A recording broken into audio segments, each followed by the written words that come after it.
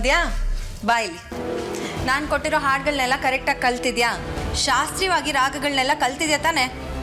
ನನ್ನ ಮಟ್ಟಿಗೆ ನಾನು ಕಲ್ತ್ಕೊಂಡಿವ್ನಿ, ಆದರೆ ನಾನು ಅದೆಷ್ಟು ಸರಿಯಾಗಿ ಕಲ್ತ್ಕೊಂಡಿವ್ನಿ ಅನ್ನೋದನ್ನ ನನ್ನ ಗುರುಗಳ ಹತ್ರನೇ ಕೇಳಬೇಕು. ಆಯ್ತು, ಬಾ.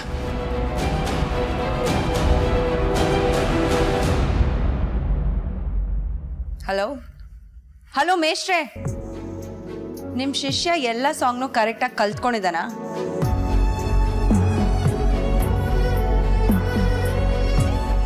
ಹೀಗೆ ಸುಮ್ಮನೆ ತಲೆ ಅಲ್ಲಾಡ್ಸಿದ್ರೆ ಸಾಲಲ್ಲ, ಕರೆಕ್ಟಾಗಿ ಬಾಯ್ ಬಿಟ್ಟು ಹೇಳಿ. ನಾಳೆ ಸ್ಟುಡಿಯೋದಲ್ಲಿ ರೆಕಾರ್ಡಿಂಗ್ ಇದೆ. ಅದು ಮಾಮೂಲಿ ಸಾಂಗ್ಸ್ ಅಲ್ಲ, ಎಲ್ಲನೂ ಕ್ಲಾಸಿಕಲ್ ಸಾಂಗ್ಸು. ಬೆರಳು ತೋರಿಸಿದ್ರೆ ಹಸ್ತನೇ ನಂಗುವಷ್ಟು ಕೆಪಾಸಿಟಿ ಇರೋ ಹುಡುಗ ನಮ್ಮ ಲಚ್ಚಿ. ಕಲಿದೇನು, ಚೆನ್ನಾಗೇ ಕಲ್ತಿದ್ದಾನೆ. ಆದರೂ ಇನ್ನೊಂದ್ಸಲ ಹಾಡ್ಸ್ ನೋಡಿ. ಓವರ್ ಕಾನ್ಫಿಡೆನ್ಸ್ ಅಲ್ಲೇ ತಪ್ಪಾಗೋದು. ಸಾಗ ದೊಡ್ಡಪ್ಪಯ್ಯ ಯಾಕೋ ಗೋಪಾಲ್ ಮಾಮ ಹುಷಾರಾಗ್ಬಿಟ್ರೆ ಏನೋ ಆಗೋಯ್ತದೆ ಅನ್ನೋ ಬೈದಲ್ಲೇ ಇರೋಂಗೆ ಕಾಣ್ತದೆ. ಇನ್ನು ಇಲ್ಲ ದೊಡ್ಡಪ್ಪಯ್ಯ, ನೀವೇನು ಅಭ್ಯಾಸ ಮಾಡ್ಕೊಳ್ಬೇಡಿ. ನಾನು ನಮ್ಮ ಅವ್ವನ ಸುದ್ದಿನ ಇನ್ಯಾವತ್ತೂ ಮಾತಾಡೋಕ್ಕಿಲ್ಲ. ಸಾಗರ್, ಸರಿಯಾಗಿ ಬರುತ್ತಾ ಅಂತ ಚೆಕ್ ಮಾಡಿ ಅಂದ್ರೆ ಎಲ್ಲೋ ಕಳ್ದೋಗ್ಬಿಟ್ರಲ್ಲ. ಸಾರಿ ಲಚ್ಚಿ, ಇನ್ನೊಂದ್ಸಲ ಹಾಡ್ತೀಯಾ?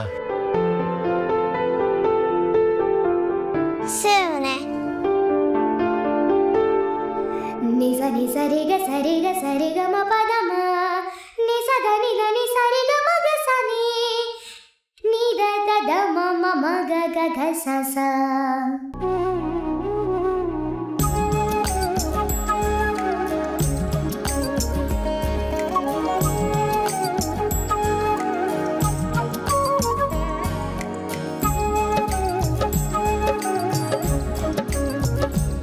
ಕೇಳಿಸ್ಕೊಂಡ್ಯಾ ದೀಪಿಕಾ? ಚೆನ್ನಾಗಿ ಹಾಡದ್ನಾ?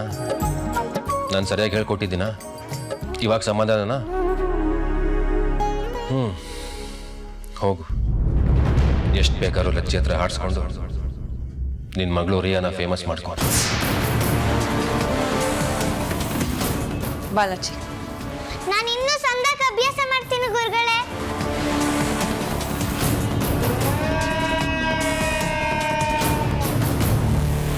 ಲಚ್ಚಿ, ಇಲ್ಲೇ ಕೂತ್ಕೊಂಡು ಇನ್ನು 3-4 ಸಲ ಚೆನ್ನಾಗಿ ಪ್ರಾಕ್ಟೀಸ್ ಮಾಡಬೇಕು. ಯಾವ ಸ್ವರನೂ ಮರಿಬಾರ್ದು, ಓಕೆನಾ? ಮರೆಯಕ್ಕಿಲ್ಲ. ನಾಳೆ ರೆಕಾರ್ಡಿಂಗ್ ಅಲ್ಲಿ ಯಾವ ತಪ್ಪು ಕೂಡ ಆಗ್ಬಾರ್ದು. ಹಾಗಾದ್ರೆ ದೀಪಿಕಾ ಅವ್ವ, ನೀವೇನು ಯೋಚನೆ ಮಾಡಬೇಡಿ. ಸಂಗೀತ ಆಡೋದು ಕಳಿಯೋದು ಅಂದ್ರೆ ನನಗೆ ಊಟ ತಿಂಡಿ ನಿದ್ದೆ ಏನು ನೆನಪಾಗಕ್ಕಿಲ್ಲ. ಬೇಕಾದ್ರೆ ಎಲ್ಲ ಬಿಟ್ಬಿಡ್ತೀನಿ. ಬೆಳಗಾನ ಎಚ್ಚರ ಇದ್ದು ಕಲ್ತ್ಕೊಂಡ್ ಕಲ್ತ್ಕೊಂತೀನಿ. ನೀನ್ ಬಿಡಪ್ಪ, ಸರಸ್ವತಿ ಪುತ್ರ.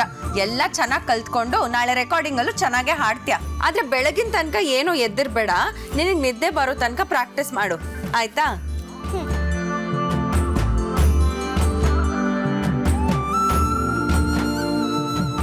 ಸುಮ್ನೆ ನಿಸ ನಿಸರಿಗ ಸರಿಗ ಸರಿಗ ಮ ಪದಮ ನಿಸ ಧನಿ ಧನಿ ಸರಿಗ ಮಗ ಸನಿ ನಿದ ದದ ಮಮ ಮಗ ಗಗ ಸಸ.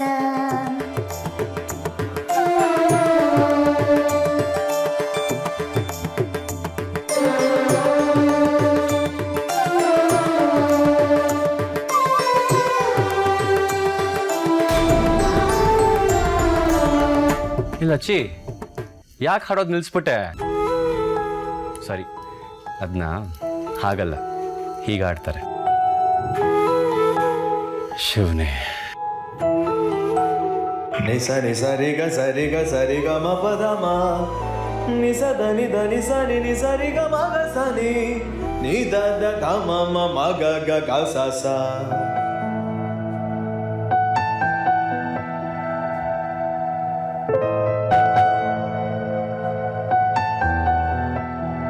ಅವತ್ತು ನೀವು ಹುಷಾರಾಗಿದ್ರೆ ನಮ್ಮವ್ವಂಗೆ ಬ್ಯಾರೆ ಆಸ್ಪತ್ರೆಗೆ ಸೇರ್ಸೋಕ್ಕೆ ದುಡ್ಡು ಕೊಟ್ಟಿದ್ರೆ ನಮ್ಮವ್ವ ಗಿಜ್ಜವ್ವ ಉಳ್ಕೊತಿತ್ತು ಏನೋ.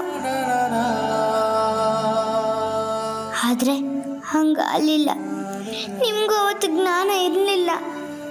ನಮ್ಮವ್ವಂಗೂ ಹುಷಾರಾಗೋದು ಬರ್ದಿದ್ನಿಲ್ಲ ಅನಿಸ್ತದೆ.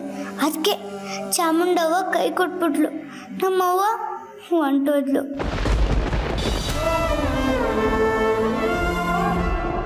ಆದರೆ ನೀವು ದ್ಯಾರಂತ ಮನಸ್ಸರು, ಕಷ್ಟ ಅಂದವ್ರಿಗೆ ಕೈಲಾಗದೇ ಇದ್ರೂ ಸಹಾಯ ಮಾಡ್ತೀರ. ನಮ್ಮ ಅವ್ವ ನಣೆ ಬರ ಸಂದಕ್ಕಿರ್ಲಿಲ್ಲ ಅಷ್ಟೇ, ಅವಳು ಹೊಂಟೋದ್ಲು. ಅದಕ್ಕೆ ನೀವು ಕಾರಣ ಅಲ್ಲ.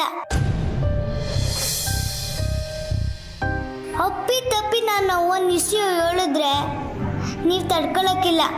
ಬದುಕಿರೋ ಗಂಟ ನಮ್ಮ ಲೆಚ್ಚಿ ಅವ್ವಂಗೆ ನಾನು ಸಹಾಯ ಮಾಡಿಲ್ಲ ಅಂತ ಕೊರ್ಗಕ್ಕೆ ಶುರು ಮಾಡಿಬಿಡ್ತೀರಿ.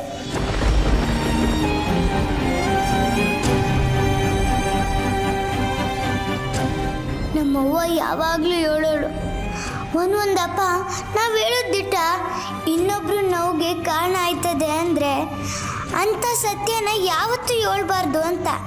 ಅದಕ್ಕೆ ನಾನು ಈ ಸತ್ಯನ ನಿಮ್ಮ ಮುಂದೆ ಯಾವತ್ತೂ ಹೇಳೋಕ್ಕಿಲ್ಲ.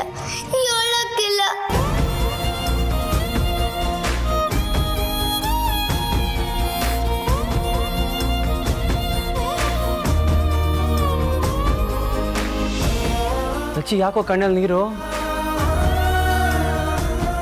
ನೀವಷ್ಟು ಚಂದಾಗಿ ಆಡ್ತಿದ್ರಲ್ಲ, ಅದನ್ನ ಕೇಳಿ ಖುಷಿಗಳ ಬಂತು ಅಟ್ಟೆಯ.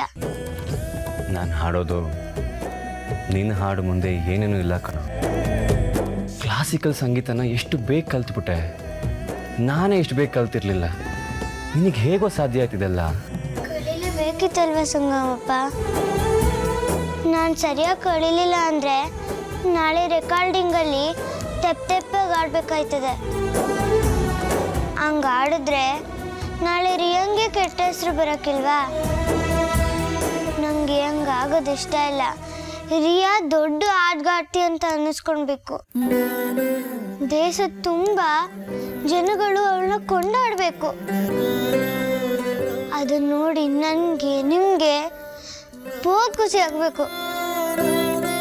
ಅದಕ್ಕೆ ಹಾಡನ್ನ ಚೆನ್ನಾಗಿ ಕಳೀತಾ ಇರೋದು.